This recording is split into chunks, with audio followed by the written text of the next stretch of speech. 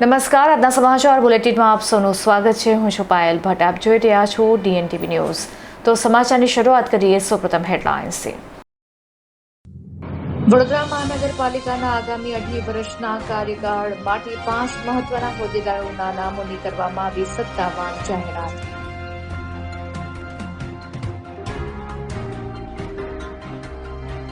ઈદગાહ મેદાન ખાતે હજારો મુસ્લિમ બિરાદરોએ ઈદની નમાઝ અદા કરી. બકરી ઈદની કરી ભવ્ય ઉજવણી.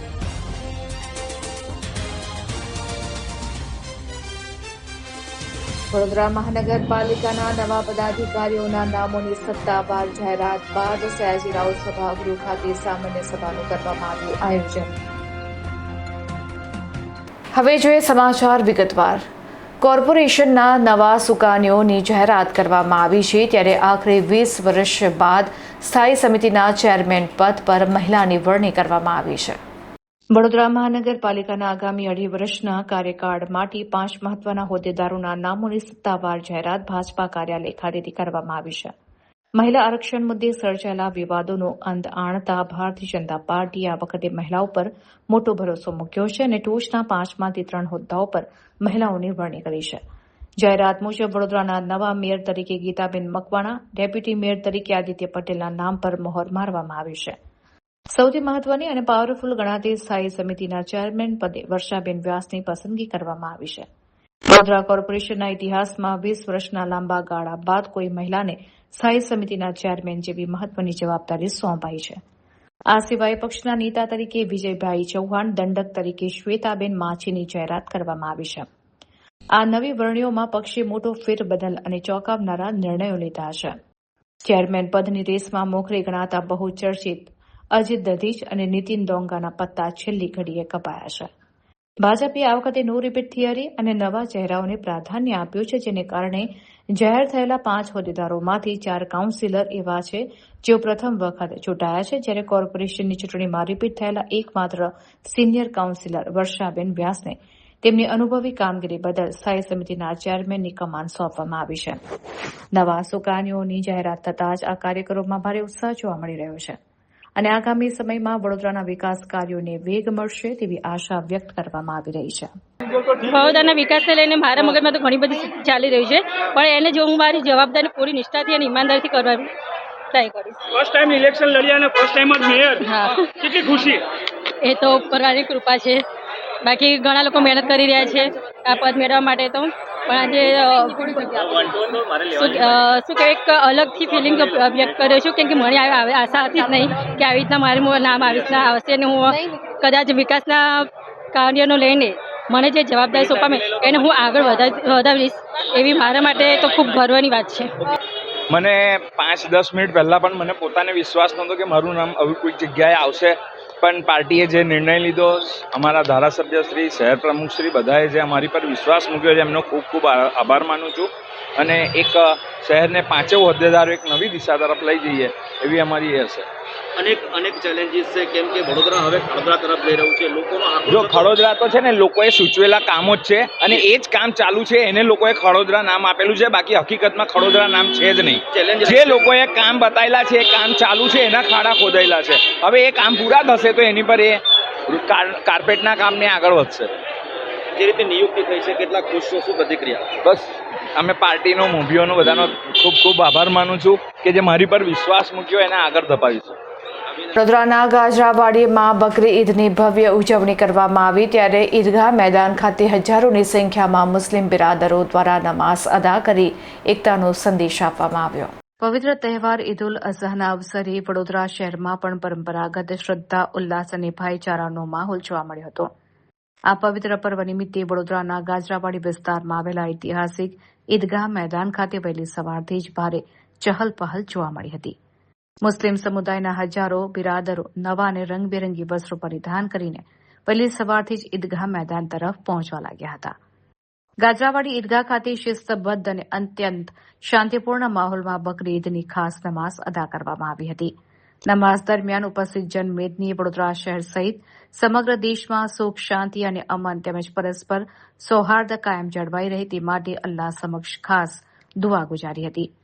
નમાઝ સંપન્ન થયા બાદ નાના બાળકોથી લઈને વડીલો સુધીના તમામ લોકોએ એકબીજાને ગળે મળીને ઈદ મુબારક પાઠવી હતી અને મધુર સ્મિત સાથે મોં મીઠા કરાવી તહેવારની ખુશી વહેંચી હતી. આ ધાર્મિક ઉત્સવ દરમિયાન શહેરમાં કાયદો અને વ્યવસ્થાની સ્થિતિ વધુ સુદૃઢ રહે તે માટે પોલીસ તંત્ર દ્વારા ગાજરાવાડી વિસ્તાર અને ઈદગાહ મેદાનની આસપાસ ચુસ્ત સુરક્ષા બંદોબસ્ત ગોઠવવામાં આવ્યો હતો. ઉચ્ચ પોલીસ અધિકારીઓની દેખરેખ હેઠળ કોઈ અનિચ્છનીય ઘટના ન બને તે માટે સઘન પેટ્રોલિંગ પણ રાખવામાં આવ્યું હતું. વડોદરાની જાણીતી કોમી એકતાની પરંપરા મુજબ સમગ્ર ગાજરાવાડી વિસ્તારમાં અત્યંત શાંતિ, ભાઈચારો અને ધાર્મિક શ્રદ્ધા સાથે બકરી ઈદની ભવ્ય ઉજવણી સંપન્ન થઈ હતી.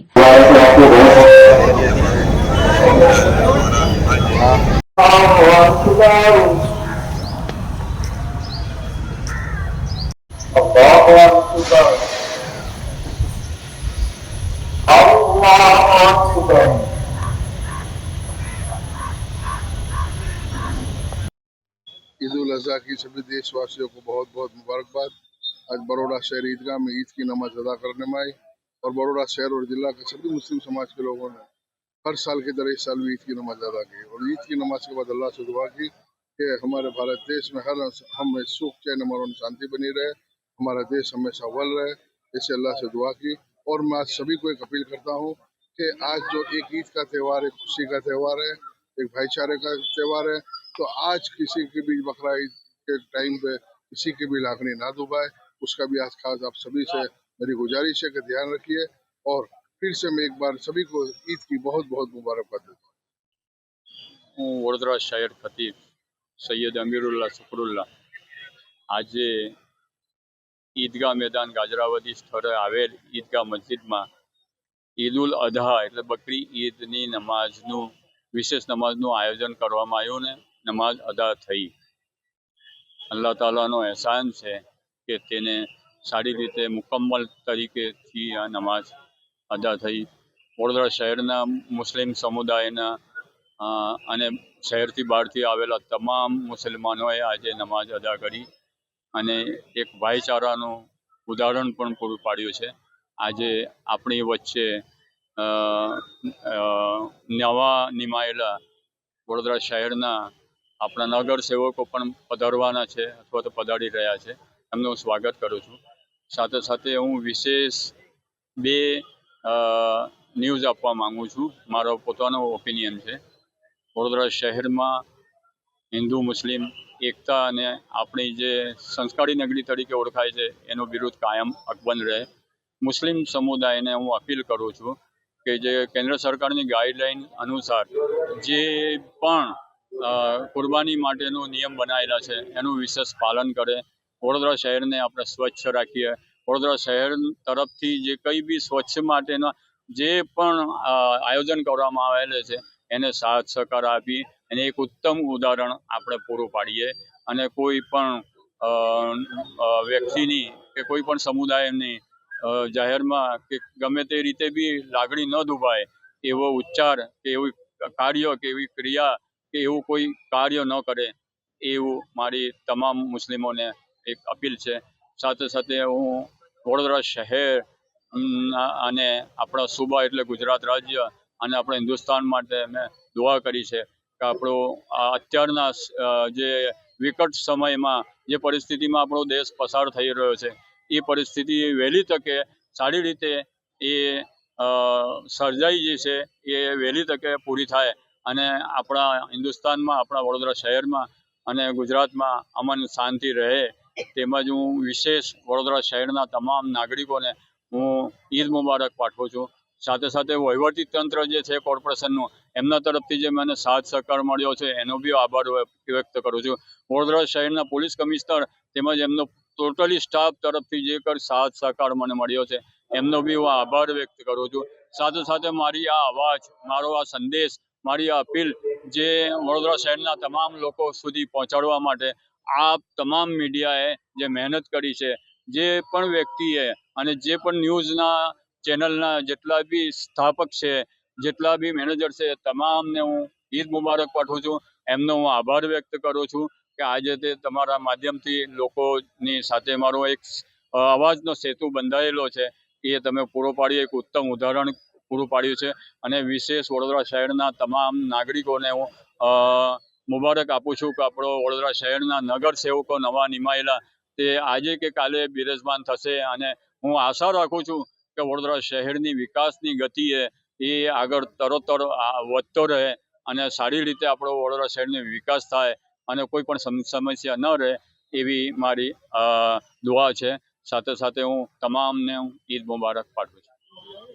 વડોદરા મહાનગરપાલિકાના નવા હોદ્દેદારોની જાહેરાત બાદ સયાજીરાવ સભાગૃહ ખાતે સામાન્ય સભાનું આયોજન કરવામાં આવ્યું હતું. વડોદરા મહાનગરપાલિકાના નવા પદાધિકારીઓના નામોની સત્તાવાર રીતે જાહેરાત થયા બાદ તુરંત જ કોર્પોરેશનના ઐતિહાસિક શ્રી સયાજીરાવ સભાગૃહ ખાતે સામાન્ય સભાનું આયોજન કરવામાં આવ્યું હતું. મ્યુનિસિપલ કમિશનર અરુણ મહેશ બાબુના અધ્યક્ષ સ્થાને મળેલી આ ખાસ સામાન્ય સભામાં વડોદરા શહેરને તેના 31મા મેયર તરીકે ગીતાબેન મકવાણા મળ્યા છે, જેમણે વિધિવત રીતે પોતાનો હોદ્દો સંભાળ્યો હતો. આજની સામાન્ય સભાનું વાતાવરણ ભારે ઉત્સાહ અને રંગેચંગી જોવા મળ્યું હતું. પક્ષના આદેશ અને જીતના ઉત્સાહને વધારવા માટે મોટી સંખ્યામાં સભાસદો, સમર્થકો અને ભાજપના કાર્યકરો પરંપરાગત કેસરી ફેટા પહેરીને સભાગૃહમાં ઉપસ્થિત રહ્યા હતા. સમગ્ર ગૃહ કેસરિયા રંગે રંગાયેલું નજરે પડતું હતું અને નવા સુકાનીઓને વધારવા માટે કાર્યકરોમાં ભારે જોશ જોવા મળ્યો હતો. જો કે આ જશ અને ઉત્સાહની વચ્ચે પક્ષમાં આંતરિક નિરાશાના સૂર પણ સ્પષ્ટપણે ઉડીને આંખે વળગતા હતા. ખાસ કરીને સૌથી મહત્વની ગણાતી સ્થાયી સમિતિના ચેરમેન પદ માટે જેમના નામો રેસમાં સૌથી મોખરે હતા તેવા પ્રબળ દાવેદાર અજય દધીચ અને નીતિન ડોંગાના પત્તા કપાતા તેમના ચહેરા પર ભારે નિરાશા જોવા મળી હતી. ભાજપ હાઈકમાન્ડ દ્વારા આ વખતે પ્રથમ વખત ચૂંટાયેલા જુનિયર કાઉન્સિલરોને મહત્વના હોદ્દા સોંપી દેવામાં આવતા કોર્પોરેશનના સિનિયર નેતાઓની બાદબાકી થઈ હોવાની ગણગણાટ અને અસંતોષની લાગણી સિનિયર કાઉન્સિલરોના ચહેરા ઉપર સાફ ઝલકતી હતી. ઉત્સાહ અને આંતરિક ખેંચતાણ વચ્ચે વડોદરા કોર્પોરેશનના નવા શાસકોએ આજથી વિધિવત કાર્યભાર સંભાળી લીધો છે. મહિલા તરીકેનું વાત કરું તો જેમ જ્યાં જઈએ તો મહિલાઓની તકલીફ પહેલાં તો પાણીની જળ એ જીવન, પહેલાં તો જળ એ જીવન. એટલે જ્યારે પાણીની સમસ્યા આટલી બધી છે કે પાણી ગંદુ આવે છે, પ્રેશર નથી આવતું. અમને ઘણા બધા ફોન આવે છે બોર્ડમાંથી કે પાણી પ્રેશર ઓછું છે, પાણી ગંદુ આવે છે. તો સૌથી પહેલાં તો પાણીનો નિકાલ છે કે પાણી જ્યારે સ્વસ્થ અને ચોખ્ખું આવશે તો આપણું સ્વાસ્થ્ય પણ સારું છે, સ્વાસ્થ્ય સારું હશે તો કામગીરી પણ સારી થશે. બેન, ટૂંક સમયમાં વરસાદ આવશે, હવે શું કહેશો?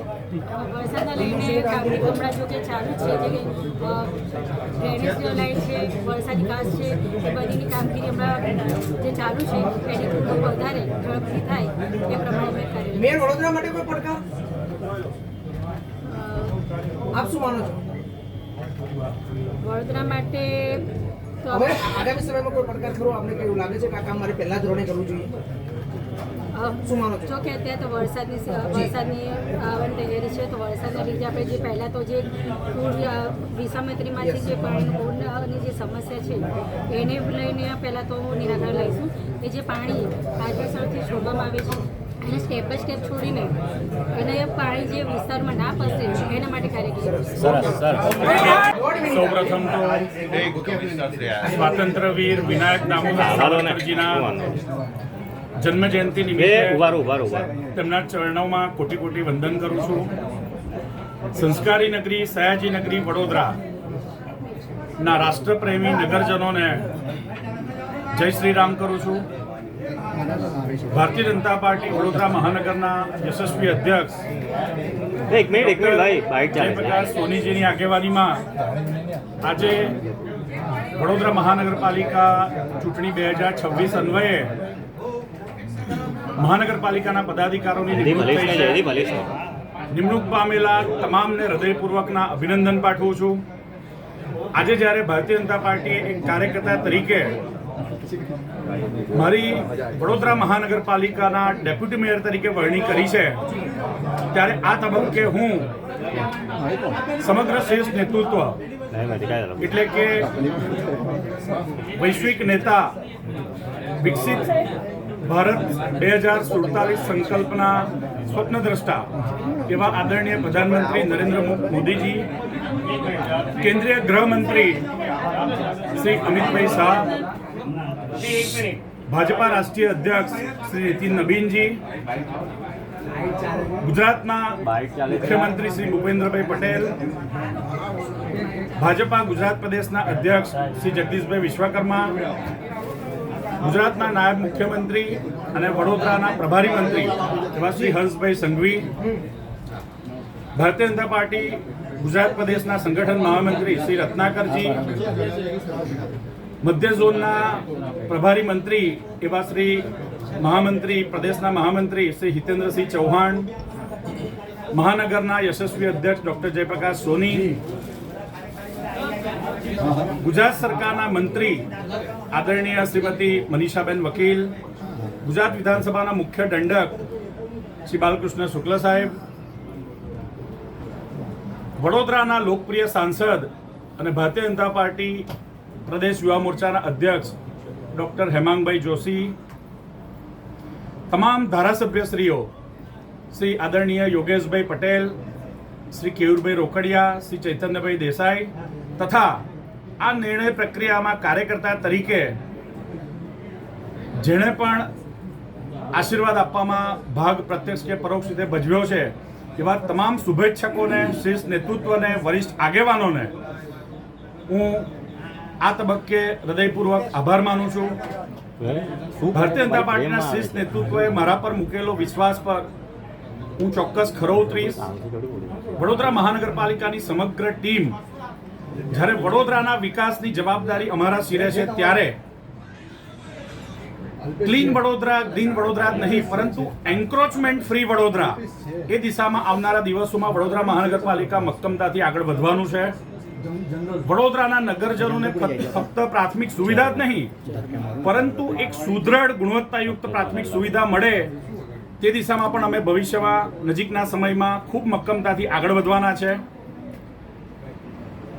વડોદરાની ટ્રાફિક મેનેજમેન્ટની વાત હોય, પાર્કિંગ મેનેજમેન્ટની વાત હોય કે કોર્પોરેશનને લગતા લો એન્ડ ઓર્ડરની વાત હોય, આ તમામ વિષય અમે મજબૂતાઈથી વિવિધ વિભાગો જોડે સંકલન કરવાના છે. એટલું જ નહીં પરંતુ જ્યારે વડોદરાના નાગરિકોને એ અલગ અલગ વોર્ડ ઓફિસોમાં પોતાની સમસ્યા મુદ્દે જાય, નગર પ્રાથમિક શિક્ષણ સમિતિના શિક્ષણની ગુણવત્તાની વાત હોય કે વડોદરા મહાનગરપાલિકાના પ્રાઇમરી હેલ્થ સેન્ટર કે કમ્યુનિટી હેલ્થ સેન્ટરમાં એક ઉત્તમ કક્ષાની આરોગ્યની સેવાની વાત હોય, આ તમામ વિભાગો એક વડોદરાની જનતાની અપેક્ષા પર ખરી ઉતરશે અને વડોદરા મહાનગરપાલિકાના સંદર્ભમાં જે પ્રકારનું પરસેપ્શન છે એ પરસેપ્શનને એક અલગ દિશામાં, ખૂબ સકારાત્મક દિશામાં લઈ જવા માટેનું આગામી દિવસોમાં કામ થવાનું છે. તાંદલજાની ચિસ્તિયા જામા મસ્જિદ ખાતે બકરી ઈદની શ્રદ્ધાપૂર્વક ઉજવણી કરવામાં આવી. પવિત્ર તહેવાર ઈદ ઉલ અઝહાના શુભ અવસરે વડોદરા શહેરના તાંદલજા વિસ્તારમાં આવેલી જાણીતી ચિસ્તિયા જામા મસ્જિદ ખાતે મુસ્લિમ સમાજ દ્વારા ભારે ઉત્સાહ અને ધાર્મિક શ્રદ્ધા સાથે ઉજવણી કરવામાં આવી હતી. વહેલી સવારથી તાંદલજા અને આસપાસના વિસ્તારોમાં મોટી સંખ્યામાં મુસ્લિમ બિરાદરો મસ્જિદ ખાતે એકત્રિત થવા લાગ્યા હતા અને ઈદ ઉલ અઝહાની વિશેષ નમાઝ અદા કરી હતી. નમાઝ સંપન્ન થયા બાદ મસ્જિદના મૌલવી સાહેબ દ્વારા સમગ્ર દેશવાસીઓ તેમજ મુસ્લિમ સમાજને ઈદની મુબારકબાદી પાઠવવામાં આવી હતી. આ પવિત્ર દિવસે તેમણે પોતાના પ્રવચનમાં સમાજમાં પરસ્પર ભાઈચારો, કોમી એકતા, શાંતિ અને માનવ સેવાના પવિત્ર મૂલ્યોને અપનાવવાનો સુંદર સંદેશ આપ્યો હતો. બકરી ઈદના પવિત્ર પર્વ પર મસ્જિદ પરિસરમાં આસ્થા અને આનંદનો અનોખો માહોલ જોવા મળ્યો હતો. નાના બાળકો, યુવાનો અને વડીલો પરંપરાગત વસ્ત્રોમાં સજ્જ થઈને એકબીજાને ગલે મળીને નાના બાળકો, યુવાનો અને વડીલો પરંપરાગત વસ્ત્રોમાં સજ્જ થઈને એકબીજાને ગળે મળીને ઈદની શુભેચ્છાઓ પાઠવતા નજરે પડ્યા હતા. ચિસ્તિયા જામા મસ્જિદ ખાતે યોજાયેલી આ ઉજવણીમાં ભક્તિ, ભાઈચારો અને કોમી સૌહાર્દના અનોખા દ્રશ્યો સર્જાયા હતા, જેણે વડોદરાની ગંગા જમુની સંસ્કૃતિને વધુ મજબૂત કરી છે. अस्सलामु अलैकुम वरहमतुल्लाहि वबरकातुह.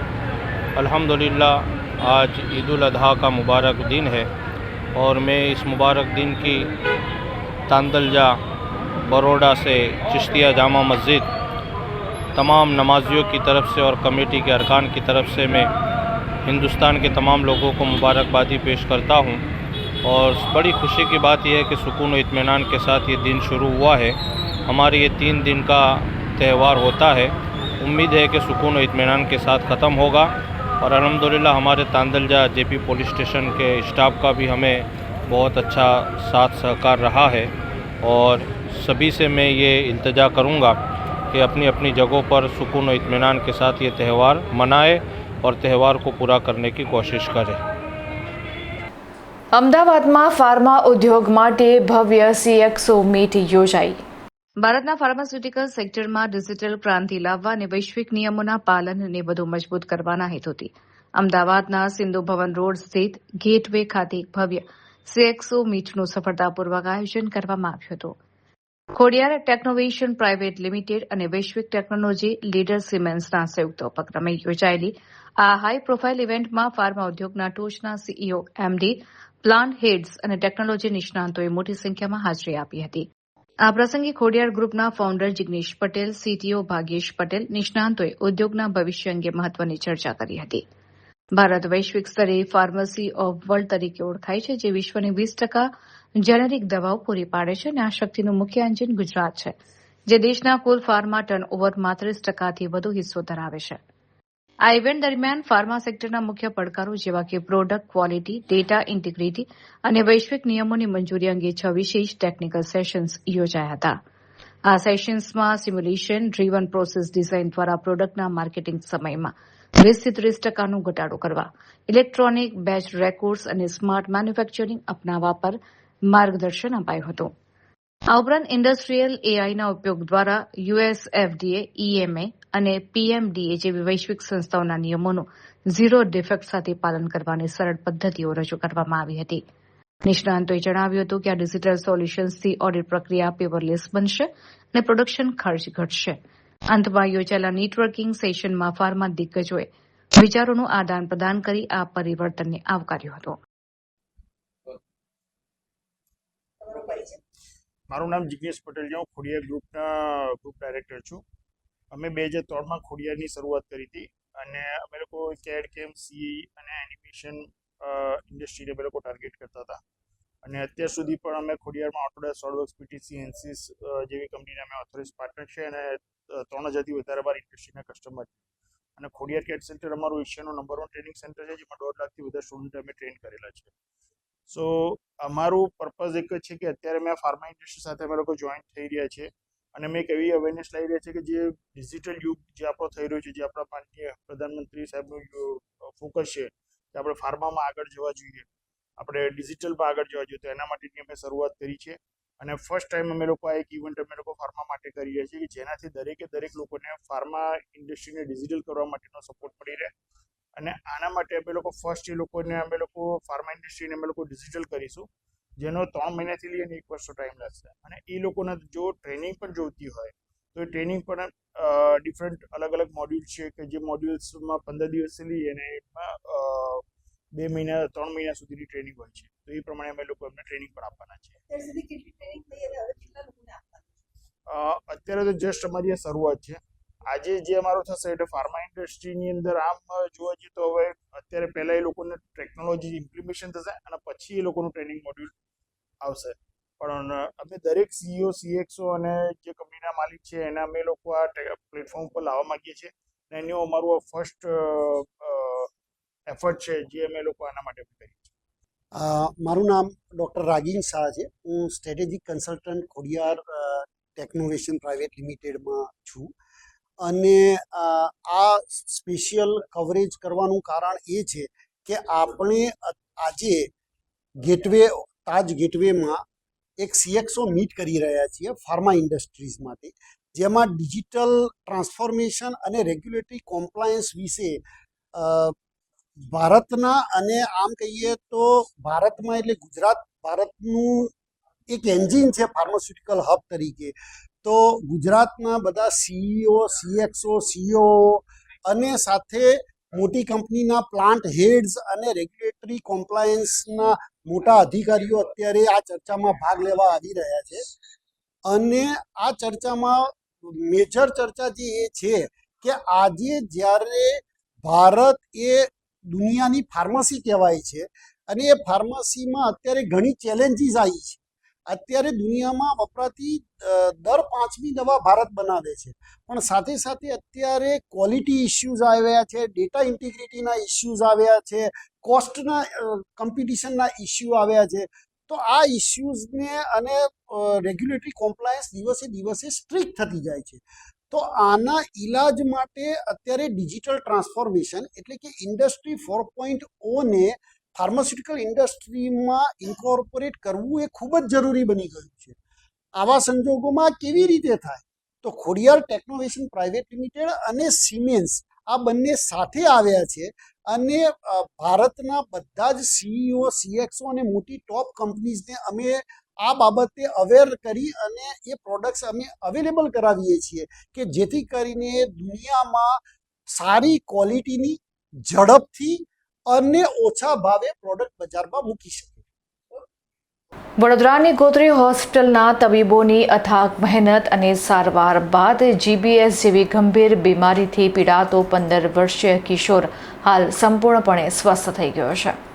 વડોદરાની ગોત્રી GMERS હોસ્પિટલના તબીબોની 5 મહિનાની અથાગ મહેનતના પરિણામે GBS નામની અત્યંત ગંભીર બીમારીનો ભોગ બનેલો 15 વર્ષનો કિશોર હરદેવસિંહ સંપૂર્ણપણે સ્વસ્થ થઈને પોતાના ઘરે પરત ફર્યો છે. GBS એ એક એવી ગંભીર અને જટિલ બીમારી છે જેમાં દર્દીની નસો સુકાઈ જાય છે અને ધીમે ધીમે શરીર નબળું પડીને પેરાલિસિસ જેવી ગંભીર પરિસ્થિતિમાં પહોંચી જાય છે. આ બીમારીની સારવાર માટે વપરાતી દવાઓ અને ઇન્જેક્શન્સ ખૂબ જ મોંઘા હોય છે, જે સામાન્ય કે મધ્યમ વર્ગના પરિવાર માટે પરવડે તેમ હોતા નથી. હરદેવસિંહ પણ આ જીવલેણ બીમારીને કારણે લકવા જેવી સ્થિતિમાં આવી ગયો હતો. આ કપરા સમયમાં ગોત્રી હોસ્પિટલના ડોક્ટરો અને નર્સિંગ સ્ટાફ તેના માટે દેવદૂત સાબિત થયા. હોસ્પિટલની ટીમે સતત 5 મહિના સુધી ખડેપગે રહીને બાળકની સઘન સારવાર કરી. તબીબોની કુશળતા અને સ્ટાફની યોગ્ય સંભાળને કારણે હરદેવસિંહે બીમારીને મ્હાત આપી. 5 મહિનાના લાંબી લડત બાદ બાળક પોતાના પગ ઉપર ઊભો રહીને હસતા મુખે ઘરે વિદાય થયો ત્યારે હોસ્પિટલ પરિસરમાં ભાવુક દ્રશ્યો સર્જાયા હતા. લાંબા સમય બાદ દીકરાને સાજો નરવો જોઈને પરિવારજનોમાં ખુશીની લહેર દોડી ગઈ હતી. બાળકના પરિવારે ગોત્રી હોસ્પિટલના તમામ ડોક્ટરો અને સહાયક સ્ટાફની સેવાનો હૃદયપૂર્વક આભાર માન્યો હતો અને જણાવ્યું કે સરકારી હોસ્પિટલના શ્રેષ્ઠ પ્રયાસોથી જ આજે તેમના ઘરનો ચિરાગ નવજીવન પામ્યો છે.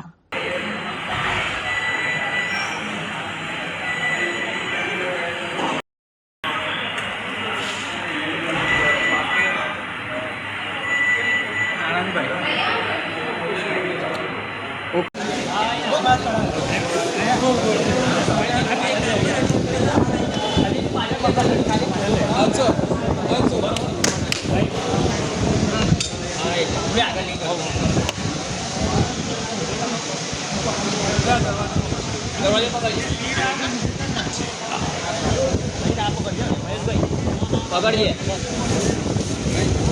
આવ્યો છું કોશિંગ મેગું છે ટપકી મેગી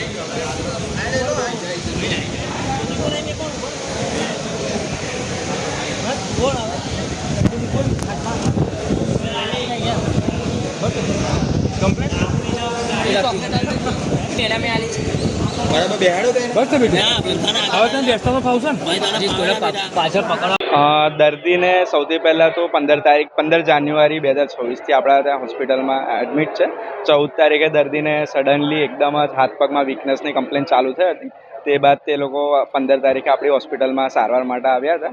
જેઓ આવ્યા તો આપણે તરત એમને દાખલ કરી લીધા, એમને આઈસીયુમાં શિફ્ટ કરી દીધા. એમની નોર્મલ બધી બ્લડની તપાસ, નસોની તપાસ ને બધું કર્યું અને બધી તપાસ કરતાં પછી ક્લિનિકલી અમને ગુલિયન બેરી સિન્ડ્રોમ GBS નામનો જે રોગ આવે છે સારવાર થયો, જેની ટ્રીટમેન્ટમાં એક મોંઘામાંના ઇન્જેક્શન હોય છે, આપવાનો હોય છે, 5 દિવસનો કોર્સ હોય છે. આપણે તરત તે ઇન્જેક્શનો ચાલુ કરી દીધા હતા અને એમને શ્વાસોશ્વાસની પણ તકલીફ હતી એટલે તરત અમને વેન્ટિલેટર પર લેવામાં આવ્યા હતા. વેન્ટિલેટર પર લઈને એમની સારવાર ચાલુ કરી હતી. પાછી એક પછી એક અમને ઇન્જેક્શનો ગયા. એમની સારવાર ધીમે ધીમે એમની કન્ડિશન સુધરતી હતી, પણ જેવી જોઈએ એવી નથી સુધરતી. કન્ડિશન ધીમે ધીમે સુધરતી હતી. તેથી અમને ગળામાં કાણું પાણી ટ્રેકોસ્ટોમી કરવામાં આવી. ધીમે ધીમે દર્દી પાનમાં પછી આજુબાજુ એમને વાત કરવાનું બધું બધાને ઓળખતો હતો. પછી ધીમે ધીમે આગળ સારવારમાં એટલો બધો ઇમ્પ્રુવમેન્ટ ના હતો. એમનું 5 વાર ડાયાલિસિસ પણ કરવામાં આવ્યું. પછી લગભગ 3 મહિનાની મહેનત બાદ પેશન્ટ ધીમે ધીમે વેન્ટિલેટર પરથી ઉતરતો થયો. તેમને વેન્ટિલેટર ઉતર્યું, ગળાની ટ્રેકોસ્ટોમી ટ્યુબ હતી એ કાઢી અને લગભગ આજે 4.5 મહિના પછી પેશન્ટ આજે હસતા મોંએ ઘરે જાય છે. આ દરમિયાન દર્દીને ફેફસાનું ઇન્ફેક્શન, પેશાબનું infection, urine infection, blood infection ઘણી બધી સમસ્યા આવી. પણ આમાં અમારા senior doctor, junior doctor, nursing staff, પૂરા ઇન્ટર્ન ડૉક્ટર, અમારા જે મેડિસિનના ફેકલ્ટીના HOD, HOU બધા, એમના પરિવારના બધા ફ્રેન્ડ્સ, બધા ફેમિલી મેમ્બર્સે બધા એકબીજાને સાથ આપીને આટલે બધા ચેલેન્જો હતા એને એકબીજા સાથે પાર પાડ્યા છે અને આજે દર્દી હસતા મોઢે પોતાના ઘરે જાય છે. એમાં અમારા junior doctor, senior doctor, staff, medicine, HOD, HOU, એમના ફ્રેન્ડ્સ, ફેમિલી બધાનો સાથ છે અને આજે અમારું એક દર્દી હસતા મોંએ 4.5 મહિના પછી ઘરે વાપસ જાય છે. બીમારી જો આ બીમારી GBS છે ને, જો સમયે સારવાર કરવામાં ના આવે તો પેરાલિસિસ નીચેથી પગથી લઈને ઉપર શ્વાસોશ્વાસની તકલીફ સુધી મોડા સુધી જઈ શકે છે અને કદાચ દર્દીને સારવાર રેગ્યુલર ના મળે તો ગમે ત્યારે પેશન્ટનો જીવને જોખમ પર રહી શકે છે.